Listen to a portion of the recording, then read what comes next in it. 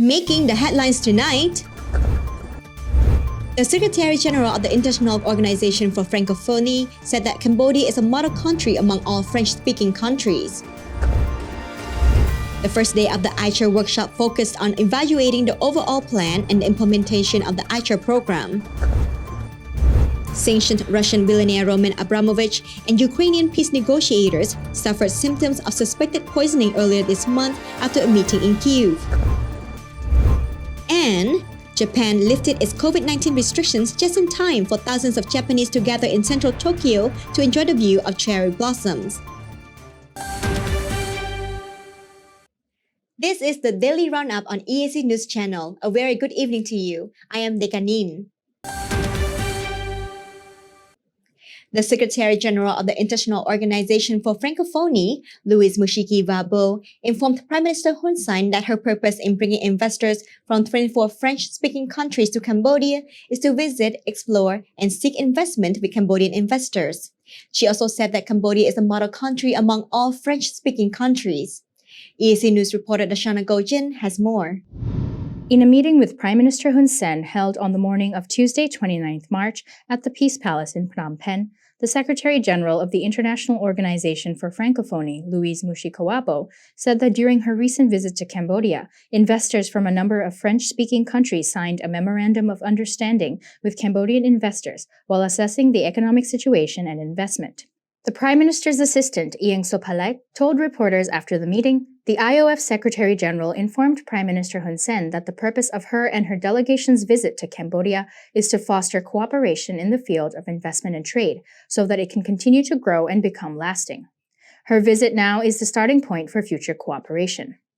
In response to the IOF Secretary General, Prime Minister Hun Sen praised the search for cooperation between investors from French-speaking countries to Cambodia and said, economy, trade, and investment are at the heart of cooperation between Cambodia and the Francophone International Organization. Ieng Sopalait quoted Prime Minister Hun Sen saying, "Our country and our region have potential. We just do not have yet the opportunity. We should have to work together to seize the opportunities we have, not only to strengthen and expand cooperation between the two countries, but also for the political relations between our two countries. Because good economic relations, trade, and investment will lead to political closeness." The IOF was founded on 20th March 1970 by former Senegalese President Leopold Sédar Senghor, Tunisian President Habib Bourguiba, Nigerian President Hamani Diori, and King Norodom Sihanouk of Cambodia. The IOF promotes the French language and fosters political, educational, economic, and cultural cooperation among its 88 member countries, including Cambodia. Darshana Gauchan, EAC News. The chairman of the Cambodian Human Rights Committee and the Cambodian representative to the ASEAN Intergovernmental Commission on Human Rights, Guy Remy, said that the first day of the ICHR workshop focused on evaluating the overall plan and the implementation of the ICHR program, based on the old mandate from 2019 to 2021. EAC News reporter Anthony Ellis has the details.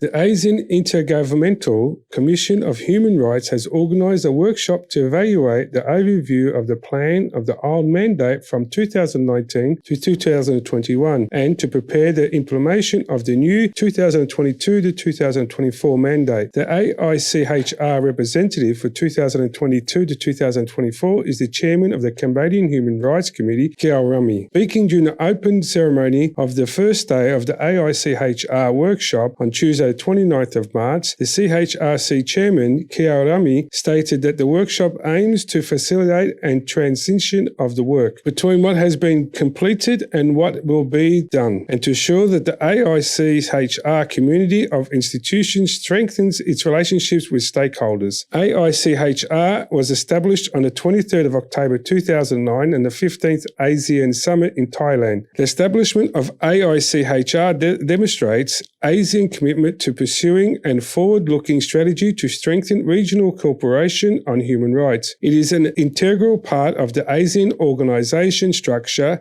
and a joint governing body with overall responsibility for the promotion and protection of human rights in the ASEAN region. After Tuesday morning workshop, AICHR assistant to Cambodia and a member of the CHRC, Sreng Chenda, said that his workshop discussions also focus on the AICHR's standard documents, which former representatives also sharing other documents. These human rights documents in question include an ASEAN Charter, the Asian Declaration of Human Rights, and the terms of the AICHR. Since its inception in 2009, AICHR has had 14 functions set out in its terms of reference. AICHR has been implementing an organisation, a number of programs and activities for promote and protect human rights in ASEAN countries. In recent years, seeing the facilitation of optimization of work, ACHR has decided to hold 4 meetings, including 2 plenary sessions and 2 special meetings. Over the last 3 years, AICHR has organised its programs and activities on a wide range of topics related to human rights,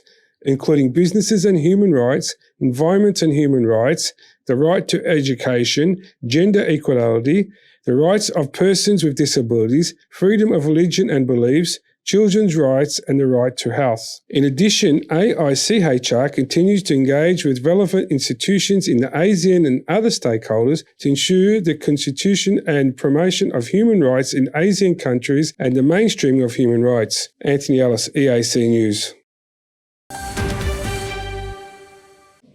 The Minister of Information, Kieu Kanyaret, has said that persons with disabilities are members of society who hold the same capabilities as anyone else, and the most important thing we all have to do is support and protect them.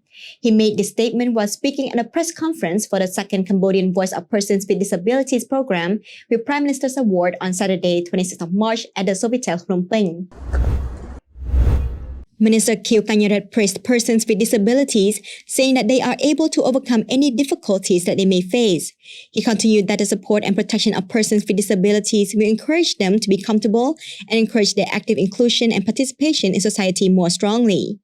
The minister said, "We should not consider persons with disabilities as a burden of society. They live and work like everyone else. All we have to do is support them and make sure they have full rights." He also added that persons with disabilities are an important human resource for the development of the national economy. Currently, there are more than 500,000 persons with disabilities in Cambodia, accounting for 4.9% of the total population. The royal government is planning to hold the second Cambodian Voice of Persons with Disabilities singing contest to encourage persons with disabilities throughout the country to express their abilities and showcase their artistic talents. This program will begin in April 2022 and end in May 2023, with Phnom Penh hosting the opening program, Sihanoukville hosting the semifinals, and Siem Reap hosting the finals. 5 million doses of the COVID-19 Sinovac vaccines delivered by the government of the People's Republic of China arrived in Cambodia on Tuesday morning. This vaccine delivery was promised to Prime Minister Hun Sen by Chinese President Xi Jinping on the 18th of March 2022. EAC News reporter Srey Pua Kung has more details. The plane carrying the vaccine landed at Phnom Penh International Airport at around 9:20 a.m. The Secretary of State for the Ministry of Health, Yu Sambat, said China is one of the main countries to deliver COVID-19 vaccine to Cambodia, which has helped the kingdom become one of the leading countries in vaccinating its population. The Economic and Commercial Counselor of the Chinese Embassy in Cambodia, Wu Ku-kwang, said China is committed to helping Cambodia survive from the threat of COVID-19. He further confirmed that in the future, China will send more COVID-19 vaccine to Cambodia. On 18 March 2022, during a telephone meeting with Prime Minister Hun Sen, Chinese President Xi Jinping confirmed to the Prime Minister that China would provide an additional 20 million doses of COVID-19 vaccines to Cambodia. As of 28 March 2022, Cambodia has vaccinated 92.59% of its 16 million people. The vaccines used in Cambodia are Sinopharm, Sinovac, AstraZeneca, Janssen's, Moderna, and Pfizer. Srey Pua Kung, EAC News. The ASEAN Development Bank is putting its weight into modernizing and transforming the predominantly subsistence rice sector in Cambodia into a commercially oriented industry by launching a climate-friendly rice commercialization project. EAC News reporter Dashana Gochin has more. According to ADB Acting Country Director for Cambodia, Anthony Gill, this project to take care of land and water resources by using organic fertilizers is aimed at supporting smallholder farmers in Cambodia to help them out of poverty and enable them to get better access to rice markets both in Cambodia and abroad. And the project really tries to address the constraints that these smallholder rice farmers face. which is a lack of access to the inputs for rice farming, such as seed rice, and also a lack of access to the markets to sell their rice at a good price.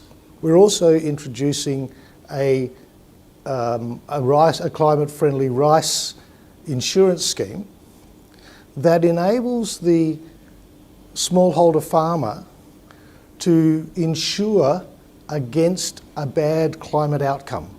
So as climate change has a negative impact in any particular year on their rice yield, then they can seek automatically, they will receive compensation for that lack of output through this insurance scheme. The project will help farmers in the largest rice-producing provinces of Battambang, Kampong Thom, and Pre Veng to increase production and efficiency along the rice value chain. It will also help to strengthen agricultural resource management.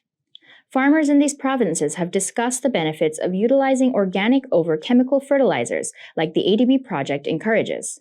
One farmer, Yat Phuti, talks about the profit he's made from switching to organic fertilizer.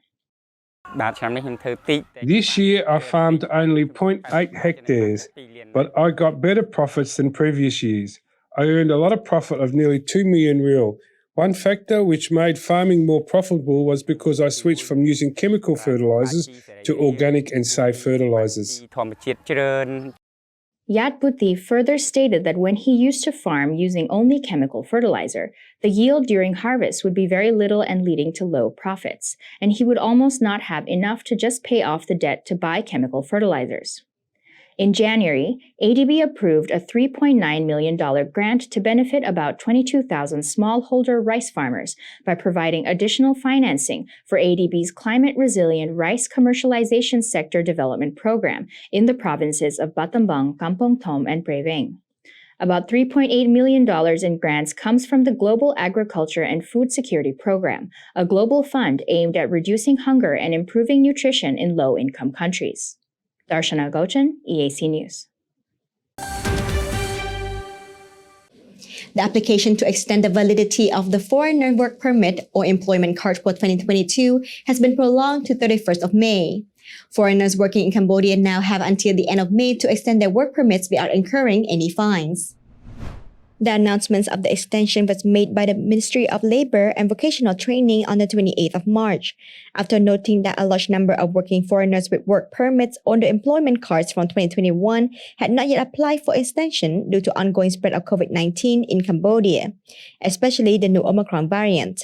All new foreigners who come to work or carry out any occupation in the Kingdom of Cambodia must complete their documents duly in accordance with the law. The announcement included: the ministry strongly hopes that all owners or directors of factories, enterprises, companies, and foreigners will comply with this notification in a correct and highly effective manner. Cambodia has reported 39 new COVID-19 cases, including one that was imported. There have been 68 patient recoveries and no new deaths. The kingdom has now recorded 15,111 cases of Omicron, 1,351 imported, and 13,760 community cases. Cambodia's COVID-19 case tally has now climbed to 135,552. The death toll stands at 3,054. The number of patients treated successfully since the pandemic reached Cambodia is 131,427, and the tally for imported cases has climbed to 21,208. Healthcare workers are currently treating a total of 895 patients.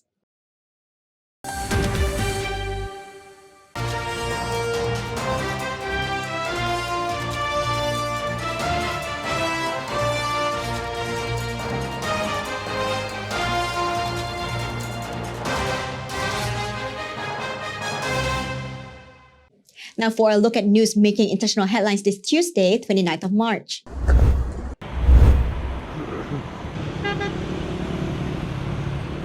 Pakistan's parliament took up a no-confidence motion moved by opposition lawmakers on Monday, 28 March, in a bid to remove Prime Minister Imran Khan, pushing the South Asian nation closer to political turmoil.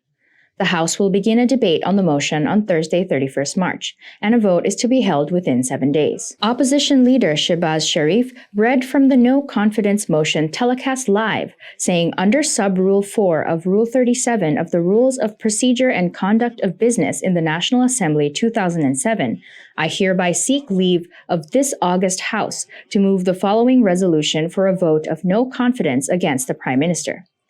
Deputy Speaker of Parliament Qasim Suri also said, 161 members are standing in favor of the motion. Therefore, permission is being granted for the vote of no confidence against the Prime Minister. Also, under Rule 37, Sub-Rule 5, debate on the motion will begin on Thursday, March 31st, 2022. The move comes as Pakistan faces a recurring economic crisis, with Khan's government banking on the International Monetary Fund to release the next tranche of a $6 billion rescue package to shore up dwindling foreign currency reserves. Khan, 69, a former captain of Pakistan's national cricket team, lost a parliamentary majority with a series of defections from his party, and a united opposition is calling on him to step down. He has vowed to fight to stay put.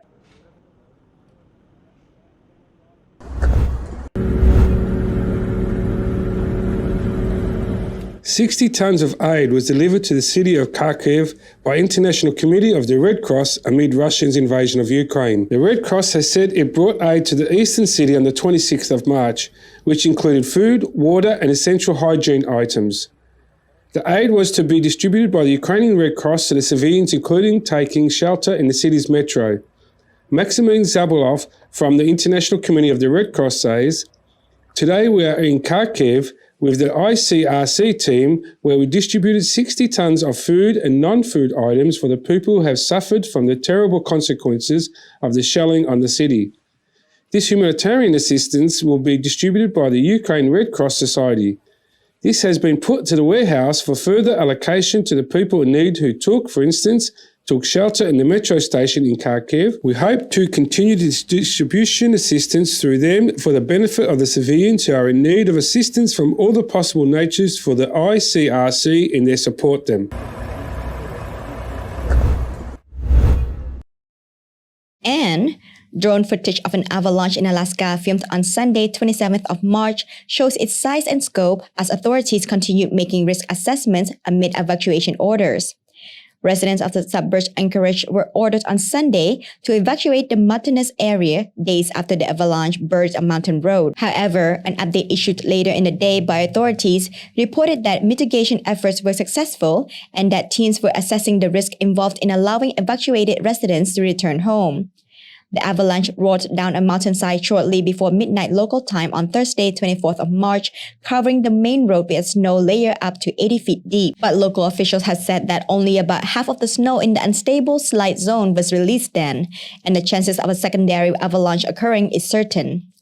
Officials said there have been no injuries reported so far, and authorities continue to assess the extent of the damage to houses.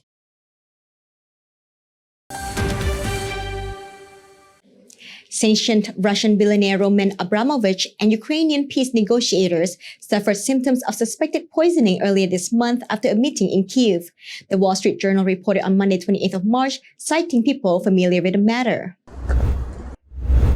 Abramovich, who accepted the Ukraine request to help negotiate and end the Russian invasion of Ukraine, and at least 2 other senior members of the Ukrainian team were affected, the WSJ report said. Their symptoms included red eyes, constant painful tearing, peeling of the skin of their faces and hands, the WSJ report added. Abramovich and the Ukrainian negotiators included Kremlin Tatar, lawmaker Rustem Umerov, have since improved and their lives are no longer in danger, WS reported. A person familiar with the matter confirmed the incident to Reuters by said Abramovich had not allowed it to stop him from working. The Kremlin has said Abramovich played an early role in the peace talks between Russia and Ukraine, but the process was now in the hands of the two sides' negotiation teams. Russian forces invaded Ukraine on February 24th in what President Vladimir Putin calls a special military operation to demilitarize and defensize Ukraine. Ukraine and the West say Putin launched an unprovoked war of aggression. Will Smith apologized to Chris Rock on Monday, March 28th for slapping the comedian at Sunday night's Oscar ceremony on March 27th. Issuing a statement after the Film Academy said it might act against Smith for an incident that overshadowed the industry's top awards. Smith, in a post on Instagram, said his behavior at the televised ceremony was unacceptable and inexcusable. "I would like to publicly apologize to you, Chris," Smith wrote. "I was out of line and I was wrong." Smith strode on stage and struck Rock in the face after the comedian made a joke about the appearance of Smith's wife. Less than an hour later, Smith won the Best Actor for his role as the father of tennis stars Venus and Serena Williams in King Richard. Rock, in a joke about Jada Pinkett Smith, had referenced the 1997 film G.I. Jane, in which actress Demi Moore shaved her head. It was unclear whether Rock was aware that Smith's wife has a disease that causes hair loss. "Jokes at my expense are part of the job," Smith said on Monday. "But a joke about Jada's medical condition was too much for me to bear, and I reacted emotionally. I am embarrassed, and my actions were not indicative of the man I want to be," he added. Earlier Monday, the 9,900-member Academy of Motion Picture Arts and Sciences condemned Smith's actions and said it was reviewing the matter.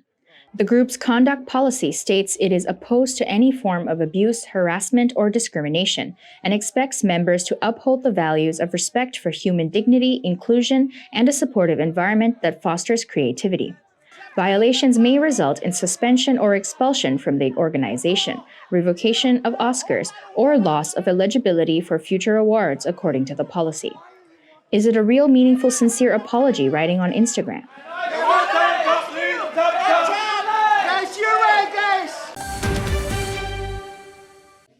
The Russian-backed eastern Ukrainian rebel region of Luhansk said on Sunday, March 27th, it may hold a referendum on joining Russia, drawing a warning from Kyiv that any such vote would have no legal basis and trigger a stronger international response. 3 days before ordering the February 24 invasion of Ukraine, President Vladimir Putin recognized the Ukrainian rebel region of Luhansk and Donetsk as dependent states, though the rest of the world considered them part of Ukraine. Ukraine, which say it is fighting for its existence against what it casts as an imperial-style land grab by Russia, has repeatedly said it will never agree to Russia's annexation of its territory, the hardest part of peace talks with Moscow. I think that in the near future, a referendum will be held on the territory of the Republic. Leonid Pasachnik, the leader of the self-proclaimed Luhansk People Republic, said.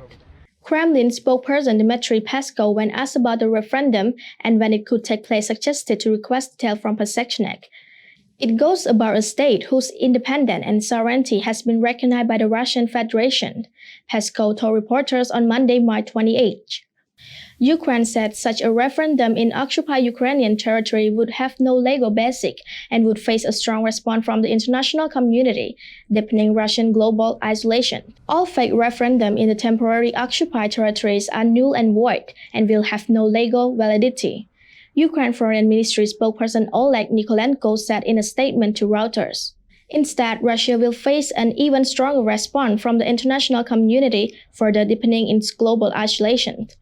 Putin says what he cast as a special military operation was needed to defend Russia against the United States, which he said was aiming Ukraine and developing it into anti-Russia, with the aim of admitting it into the NATO military alliance. Russia also says the operation was needed to defend Russian-speaking population against persecution from Ukraine's government, which it says is a puppet controlled by Washington. Ukraine says such claims are simply a pretext for occupation and that Moscow does not understand that Ukraine is a sovereign country.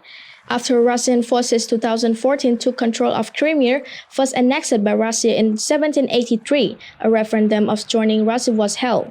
Voters chose overwhelmingly to join Russia. Ukraine said that referendum was illegal and the Crimea is part of Ukraine.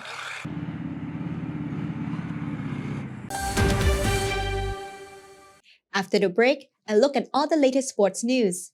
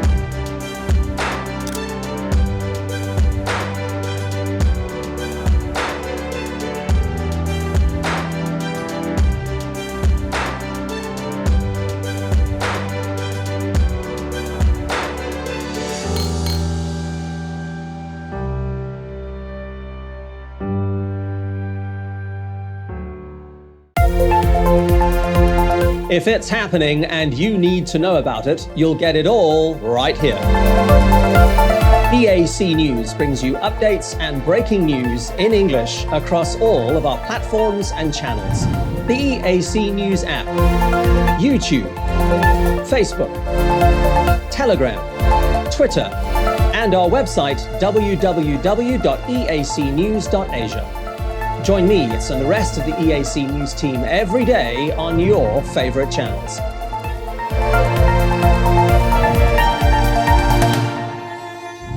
EAC News, Cambodia made clear.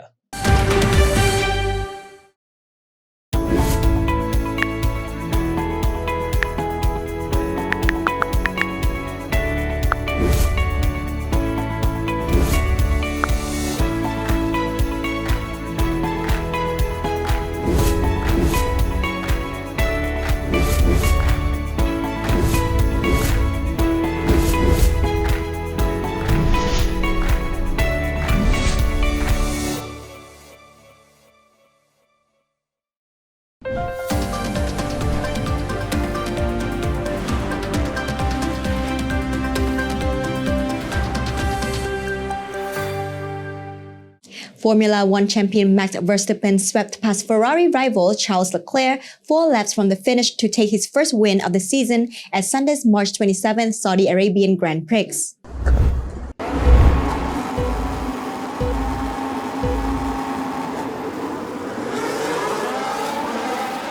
The Dutchman, who had started fourth, crossed the line just half a second ahead of Leclerc, who kept the championship lead, having led a Ferrari 1-2 in last week's season opener in Bahrain. Spaniard Carlos Sainz was third for the Italian team. The win was 21st of Verstappen's career and handed him his first point of the year after Red Bull double retirement in the Bahrain GP. It wasn't easy playing smart tricks in the last corner, but eventually managed to get ahead. But then even after that, he was constantly in the DRS, and then with the yellow flags in the last lap, just knowing how much you should lift, what is allowed and not, it was tough. But really happy that we finally kick-started the season. I mean, we had two very different configurations with Max and Checo and both the Ferraris. We were quite quick in the corners, but quite slow in the straight because we put more downforce, and so it was extremely difficult for me to cover Max in the straights, but it's like this. He did a great job, and it was a fun race. Yeah, for me this race was a bit of progress from Bahrain. I think I managed to find a bit more rhythm with the car. Still some tenths to find, but I think I will end up getting there. His teammate Sergio Perez, who finished fourth, was unable to convert his first career pole into victory after the Mexican strategy was undone by the safety car. George Russell took fifth for struggling Mercedes ahead of Alpine Esteban Ocon, who edged McLaren Lando Norris to sixth by just 0.1 seconds. Lewis Hamilton, the winner of last year's inaugural Saudi race, recovered to claim the final point in 10th after starting 15th. Kenya's Maxine Wahome emerged victorious as the winner of the first ever all-women's rally competition held in the East African country. Dubbed the Lioness Rally, the race was held on Sunday the 27th of March and attracted 8 teams, all made of female race drivers. With veteran driver Safina Khan on navigation, 27-year-old Wahome finished the 12-kilometre race circuit in a Subaru Impanza, beating runner-up Tash Tundo by 13 seconds. Motorsports are still predominantly male-dominated, but rally driver and clerk of the Lioness Rally Joan Nesbitt hopes an inaugural race will go a long way in challenging stereotypes of women participation in the sport. If we have more rallies like this, we can get to having a WRC of only women, but it takes a while. So hopefully we can have a big Kenyan one. Let's see where we can go from there. But it's at least now you can see people are more interested. There's a lot of spectators, more than we've had even in the Kenya National. So with the ladies in the sport, I guess people are interested in ladies, so they want to see the action. Yeah. And I'd like to see more women coming and joining. As they've seen now, it's not that hard. Everybody thought it was a big deal, but it's actually not that hard. I think an event like this is so important because I'm sure there are some women who are shy in joining and they're not sure whether they will be able to find a car or be able to just, be part of it. And seeing that there are first timers here and they were able to join and they did their best, which I think it just inspires women to come out of their shell. Given the strong turnout and spectators, organisers of the rally hope that this inaugural race will drum up interest and support for more women to join motorsports.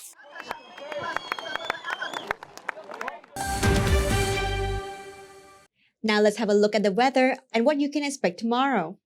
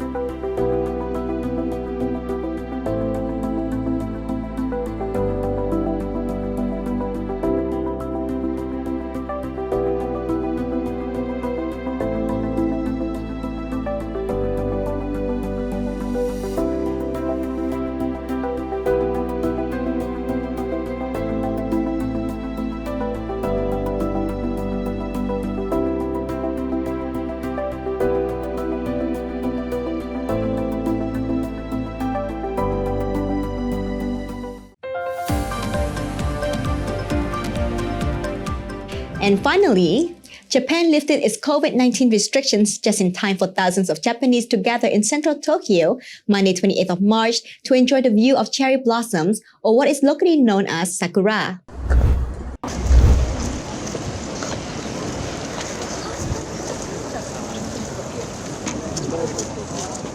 The flowers reached full bloom in Tokyo on Sunday, 27th March, 4 days earlier than expected, according to the Japan Meteorological Agency. People were seen strolling down the street, taking pictures or rowing on boats. They enjoyed the view, the weather, and the lifted restrictions. 69-year-old Akemi Shimizu said that her heart hurts when she watches the news of the Ukraine war. So this year, she feels that being able to see cherry blossoms is a blessing. Due to the coronavirus pandemic and also the war in Ukraine, she feels grateful to be able to enjoy a life in peace like this. Usually, people come to the parks to sit under the cherry trees for picnics, singing, and drinking. However, due to the pandemic, the government has asked people to refrain from eating and drinking outdoors to prevent spreading the disease.